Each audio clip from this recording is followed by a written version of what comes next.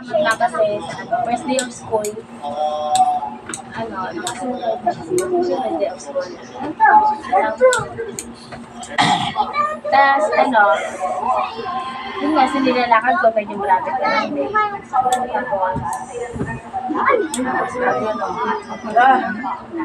Oh, Jacob naman eh. Ano na nakalika na? Tinulak mo?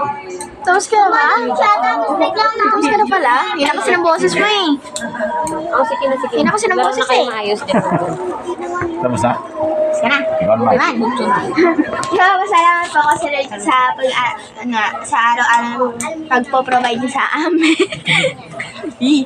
Tapos, kasi, yung,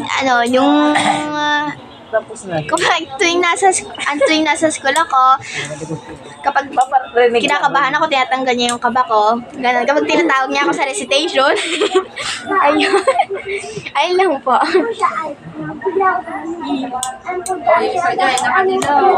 Sunod. Ay, sunod na boy. Ikaw na. Bilis na salita ka. Nagpapasalamat ako. Nagpapasalamat ako kasi masaya ako. Ano ba? Ba't pa iyak?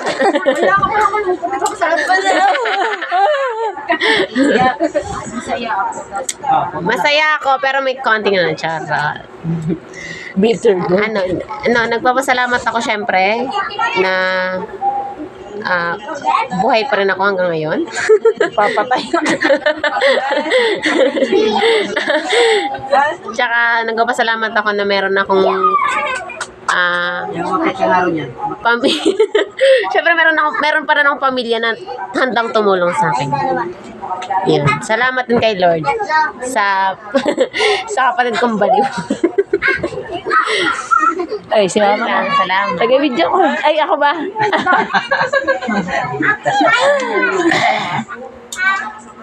Ako? Ayun, nagpapasalamat.